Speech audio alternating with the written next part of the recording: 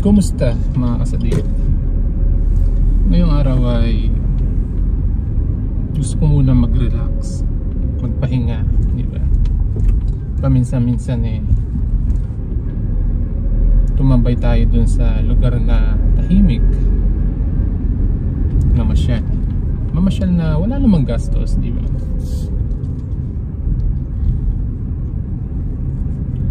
Nung bata pa ako, naalala ko lang, gustong gusto kong tumanda, gustong gusto kong pumunta sa mga syudad, gustong gusto kong pumunta dun sa mga maraming tao, maraming mga buildings, ganyan.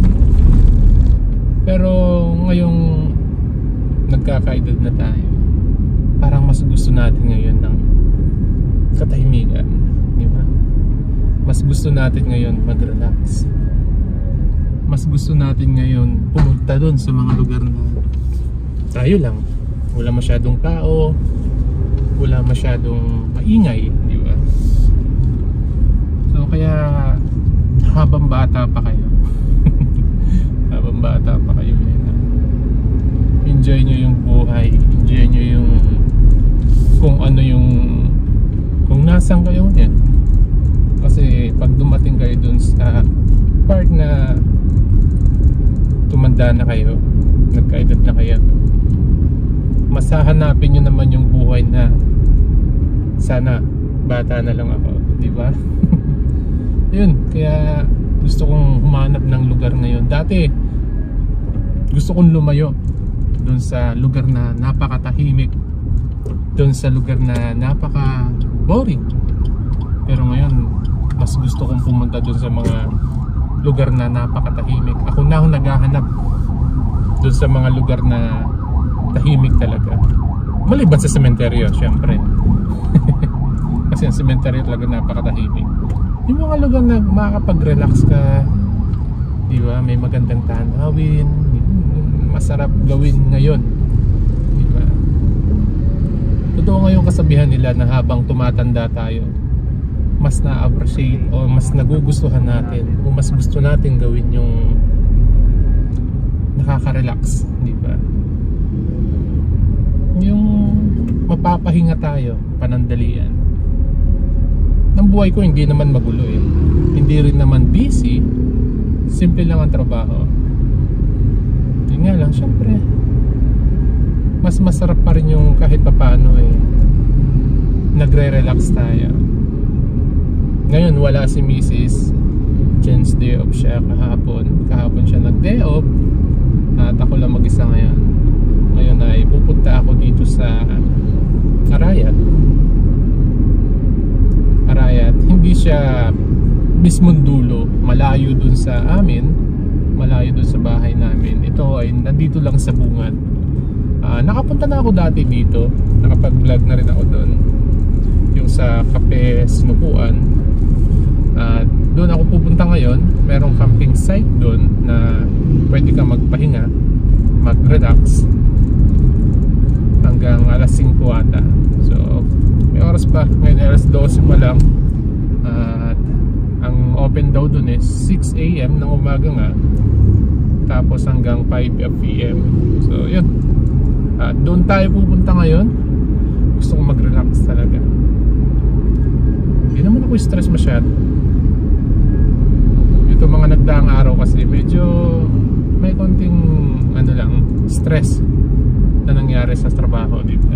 Kaya kailangan natin magpahinga ng panandaliang pahinga. At yun, so sana samahan nyo ako at mag-relax din kayo kasama ko sa aking pupuntahan ngayong araw na to. Let's go. Simple lang yung dala ko ngayon, upuan at lamesa lang at pangharang sa init. At meron tayong dadaanan dito na bilihan o talagang istambayan ng mga naglo-long rides. Dito na tayo bibili ng ating iinumin.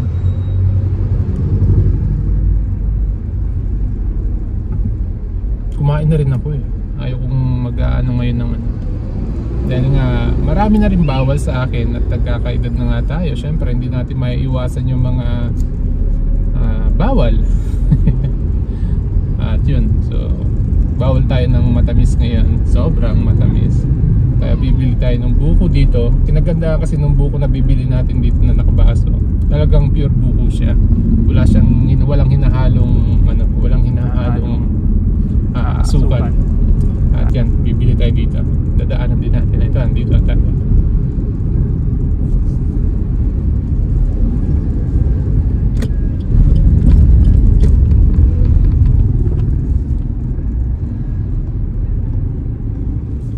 Mukhang wala tayong matatambayan. Ang layo ng parking natin. Nakari na lang natin. Dito na tayo pumarada.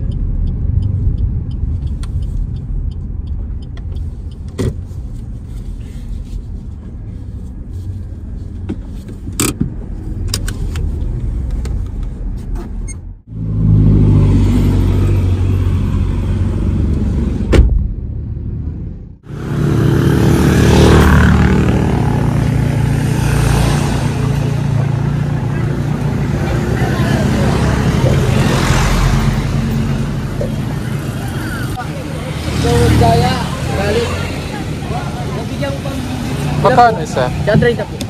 Sino sa ganun? 35 po. Pwede bang ganun na lang? Pwede po.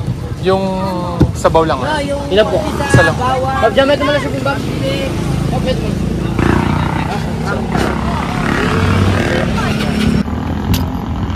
Nalaganda ka ba yan din?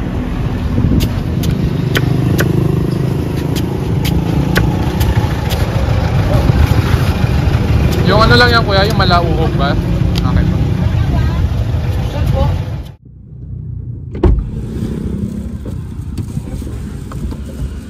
At yan, so nakabili tayo ng buko natin.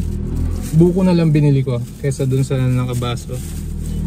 Yung nakabaso is 30, then ito 35. So 5 piso lang, diba? Mura ng buko dito. Bandang Angeles, siguro mga nasa ano na yun, 45. Ayan, buko. Tapos ano ba, pwede natin mamerienda mamaya. Titingin tayo na mamerienda pa natin. Baka may mahintuan pa tayo mga nagbebenta ng pagkain dito. Kaya lang hindi tayo po pwede nung mga matatamis talaga. So titingin tayo. Yan nga, no? So bali dumaan na tayo dito ng Magalang. At dito na ako, shortcut na ako. Hindi na ako dumaan dun sa mismong palengke ng Magalang. Kasi nga ngayon ay alas 12 na. So traffic na dyan ngayon. Traffic na dyan sa mismong market ng Magalang. Kaya shortcut tayo. At nandito na tayo. So medyo malapit na tayo dito sa may bungad. Sa may bungad ng Arayat. At bali bibili na lang ako sa may mini-stop. Mini-stop? May mini-stop pa ba? 7-Eleven, I mean 7-Eleven at saka o kaya dito sa may Alphamart. Alam ko merong Alphamart dito eh. Doon lang ako bibili ng akin na merienda lang. So pagmeriendahan ko lang mamaya habang tumatambay tayo at nagpapahinga doon sa pupuntahan natin. Medyo may kalayuan ng konti magmula dito sa may highway talaga yung pupuntahan natin. At nandun sa mismo sa may paanan ng bundok. At yun ang pupuntahan natin ngayon para mag-relax. Mag-relax eh na. Ang sarap sana kung nasa dagat tayo ngayon. Alam nyo next time diba makapagdagat tayo. At doon naman tayo tatambay. So siset natin yan. At yan, so welcome to Arayat na tayo. Nandito tayo sa mismo Arayat. At nandito na nga tayo sa bayan ng ano ba, bigat sa Bueso Seso. At dito tayo papasok sa may Baliti. Merong Alphamart dito. Dito na tayo bibili ng ating meriendahin mamaya. And shout out sa ating kasadik dito, si Jane, si Edric, at sino ba yung mga nandito?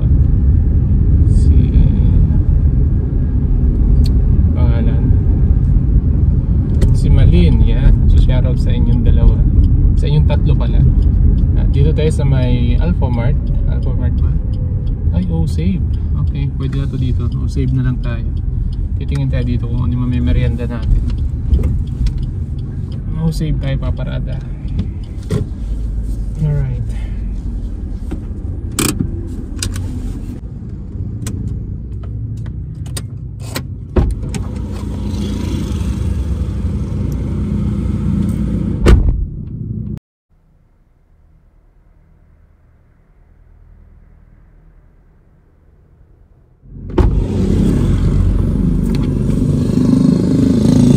Ayan, at nakabili tayo ng ano lang, UAC lang.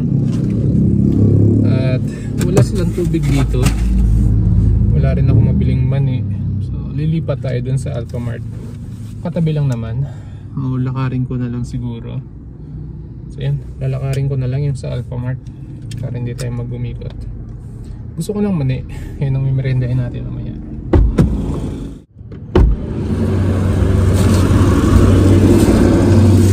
At yan, so nakabili tayo ng mani at saka ng mineral water natin. Okay na yan, goods na ako dyan. Hanggang mamaya na natin yan. At yun, so pupunta tayo doon sa ating pupuntahan ngayong araw na to. Let's go. At yan, so liliko tayo dito sa may barangay Baliti. Ito ang papasukin natin. Diretso tayo dito. Medyo may kalayuan pa yung site mula dito sa may kantong ito. Siguro mga nasa 10 minutes or 15 minutes pa yung babiyahin natin mula dito hanggang doon. Kaya medyo may kalayuan din siya. Magmula dito sa kanto Baliti. Dito sa Arayat na. Yan. At magmula dito sa may school ng Baliti, hindi na pwedeng dumiretso dahil siguro may pasok, kaya pinaliko tayo dito sa may bandang kanan. Kaya lang yung daanan dito, ayan, kung makikita nyo, medyo may konting kipot ng daan natin, and hindi ko alam kung ayun, sundan lang natin yung nakakotse na yun. Tama. Kasi yung papasok dun sa pupuntahan natin, hindi naman siya dire-diretso lang. Meron siyang paliko banda dun sa may tulay. Lilikuan natin yun. Kakanan tayo. Bali, umiwas lang tayo sa school dahil may pasok na ngayon. Sinarado nga yung daanan banda dun. At may daanan naman dito sa likod. Bali, sa likod tayo dumaan ngayon. At pagdating dito, kakanan tayo. Yan. Mahanap nyo naman tong lugar na to. Search nyo lang yung Kape Sinukuan dito sa Arayat at dadaling kayo dito mismo sa lugar na to. And bago kayo makarating doon sa Kape Sinukuan, ito muna yung madadatnan nyo, yung pinakaunang-unang bandang kanan yun.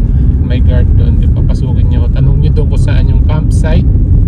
Ituturo sa inyo kung saan yung campsite. Papasok doon sa pupuntahan natin ngayon. At eto nga yung sinasabi kong tulay. So bago kayo makarating dito, ito, hindi na kayo lalagpas dito, hindi na kayo papasok dyan sa may tulay na yan. So dito pa lang, kakaliwa na kayo.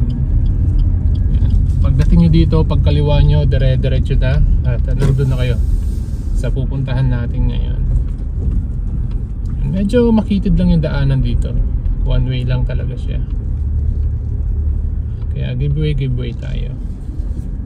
Napaka-presko dito mga kasadik. Nandito kayo, kaya naisipan ko dito pumunta. Bukod sa napakatahimik, napaka-presko at malayo talaga sa kalsada. Yan, bale dire-diretso lang tong daanan na to. Pagliko nyo dun sa may tulay kaliwa, dire-diretso na hanggang makarating kayo dun sa pinakadulo nito. At yung dulo nito, yun na mismo yung pupuntahan natin. At dito pa lang makikita nyo na yung Kape Sinukuan dito. Nasa tuktok siya. So hindi ko lang alam kung nakikita sa camera natin dito sa harap. And Ito yung palatandaan na malapit na kayo doon sa pupuntahan natin, itong zigzag road na to. Yan. So shoutout kay boss, kay Mrs. Kasi ang akala niya tuwang-tuwa daw ako pag di ko siya kasama sa mga site na ganito.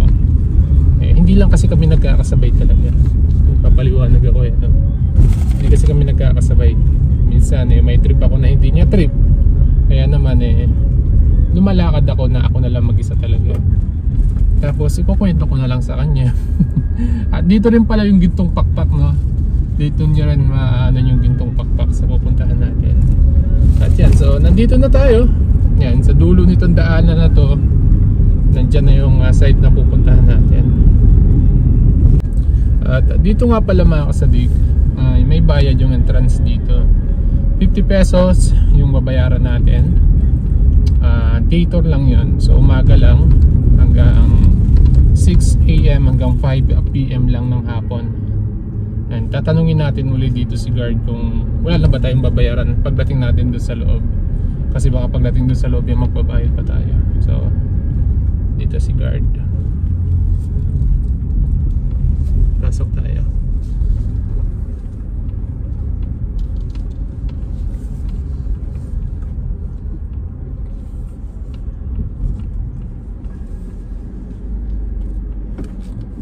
Yan, tatanong tayo.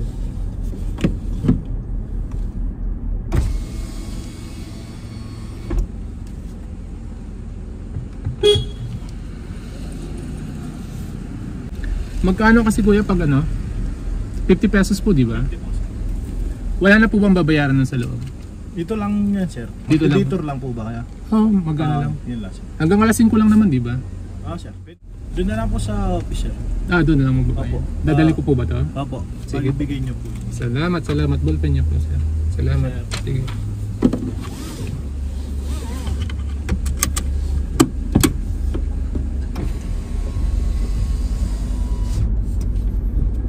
Yan, at pagpasok nyo dito, so magsa-sign up kayo, registration, sa registration form nila, then magbabayad ka doon sa loob na ng 50 pesos, and yun, buong pangalan, number, address, at kung anong gagawin mo, day tour lang yan. So yun lang, at di ko alam kung saan yung office nila dito. At tatambay lang naman tayo dito, so magbabayad lang tayo ng 50 pesos, wala na tayong babayaran sa loob, yun lang. 50 pesos lang. So ano ba meron dito? Meron silang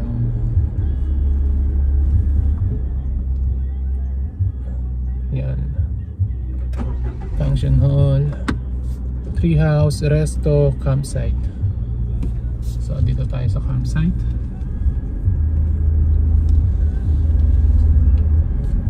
Actually first time kong pumasok dito.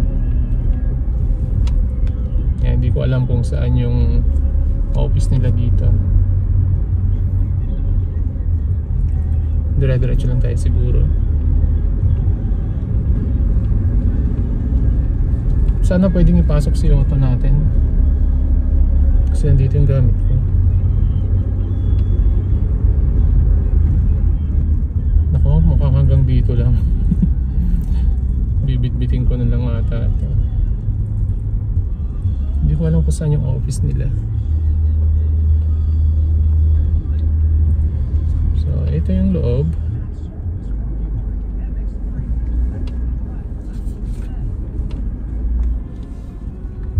So, walang tao.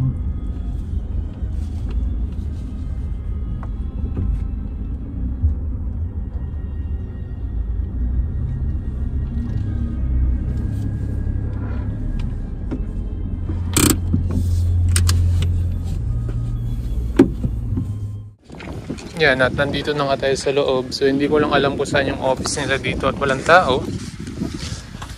So try tayo kung saan ba yung office nila. So, dito. Napaka-presko dito, as in talagang yung tama yung sinasabi ko na hindi yung maririnig yung mga nasasakyan dito.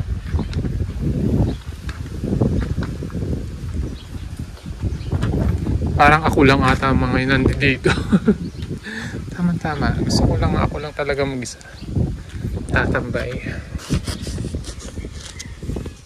At yun, so okay na. Bali, 50 pesos lang yung binayaran natin. And hahanap na lang tayo ng pwede natin pagtambayan dito. Hindi tayo kukuha ng kubo or ano. Dahil may lilim naman yung sasakyan natin. Tatambay lang tayo. Napaka-presko dito. Hinahanap lang tayo ng medyo maganda-gandang pwesto para tumambay. Ito yung gustong-gusto ko talaga. Yung ako lang muna mag-isa ngayon. So nakaka-relax.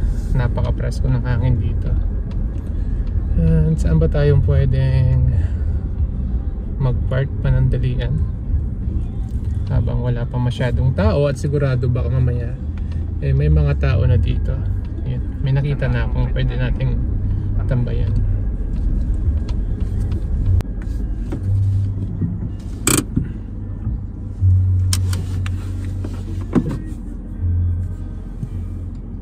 Yan, park na tayo.